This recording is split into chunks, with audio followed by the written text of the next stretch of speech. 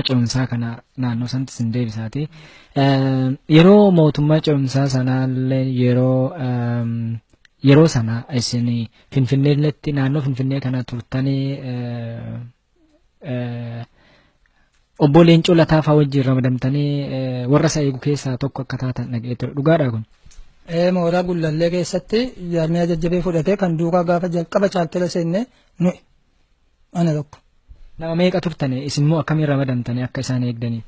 Nuti gaafuma jalqaba tokko jedhamee chaaltela seenne Daawud duukaa muraasa tokko dhufee nuti jalqaba muraasa tokko ani fudhetanii Jaalle Leencoo fuunee annee gaafa Gullallee geenyu Jaalle Leencoon dhuftee zigaw lama zigaw tokko dura keessa zigaw tokko booddee keessa isin addana qubattottee fuutee beete mangistitti dabarsite maanni hin ta'uu inneennaani jaarsi rakkoon qabu as qubadhaa nuun jedhee Gullallee qubanne jechuudha nu isa fuutee beete mangistitti dabarsite akkanuma sana halkan seenne Finfinnee.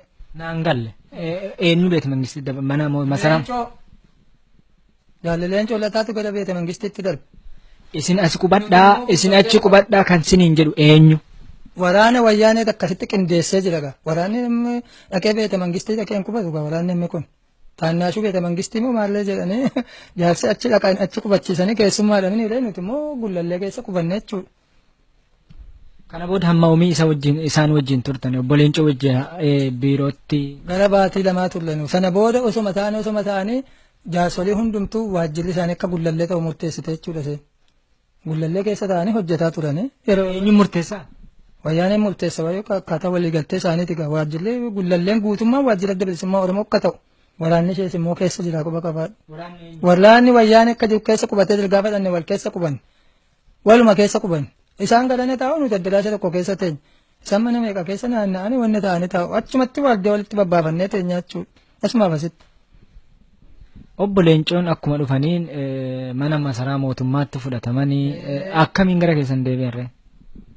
Haala hojii isaan walii galanii maal jedhantu booda achi dhufee jaaldaa'uu faanii jaarsoliin keenya karaa bahaa dhufan kuni maaliin kuni naannoo sana qubatu jechuudha. Obbo Leencoon naannoo Gullalleetti hojii hojjetaa turan moo naannoo masaraa mootummaatti hojjetaa turan yeroo baay'ee? Naannoo Gullalleetti isin ta'a mariidhaaf yeroo jedhu immoo bayeechiin dhaqa achi deema. Kophaa deemu hooggansa biraa dabalatanii deemu. Duraan waardiyaa ture hooggansa biraa wajjin yeroo walgahii idilee akkasii yoo ta'e malee ani hin beekon. Amman argetteen waardiyaa nama lama kennineefi jajjabeellaa isaan sana fuudhee achitti geessaa ture jechuudha. Maaliif deema achi dhaabni beeka? Dhaabi gaa'ee falaash qoraachiin iyyuu isa ture sakamee dhaabe innoo murteessaadha iyyuudha yeroo sana waan dhaquu isatu beeka isa kana immoo nutti ni maniga. Mallasaan gara Gullalleetti bilbilee yeroo hedduu obbo Leencoo waamaa turee jedha. Maaliif mee? Sana waan inni waan rakkatee waamuuf sabbeeka rakkatu maleetu namuma guyyaa bila oolee amma deebi'ee mana gale waa maali waan waamaa tureef isatu beeka. Bilbila isaatiiyyuu bilbila Mallasaan gara Gullallee bilbileeyyuu yeroo itti kaastanitti turee jedha. Kaasee jaarsoliin dhufanii taa'anii akkasii reebbuna danfaa jiru bilbilame akka tasaa ta'e bilbila bilan taa'an an kaase. Asoo Leencoon ifalli gaalloodha isin barbaadan jedhan kennee bahee deeme jechuudha. Isarratti na yaadan gaaf tokko waardiyaa malee Jaalle Leencoon deemuu ka'ennaan waardiyaa malee akka nam tokko gadi hin baafne jaaldiimaan kan inni nutti tokko nam tokko asii bahee waardiyaa malee deemennaan sirriitti gaafatamaa naan jedhe jaaldiimaan kunoo nama jiranidha dachanuun isaanii. Obbo Leencoon mataa isaaniitti waardiyaa malee deemuu nam barbaade jedheetu. Deemeeras. Yeroo hedduu deema. Yeroo hedduu deeman. An kan inni jakootiin arge yeroo lama. Isa sadaffaa irratti eega jaaldiima nutti mee waardiyaa malee akkan sochoonee jenneen jechuudha. Dhoowwitaniidha.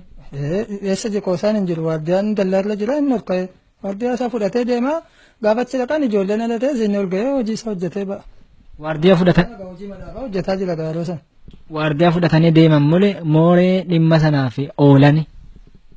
Akki deemeedha hin deeme malee waardiyaan nagummaa isaatiif akka ta'e innis ni beekan.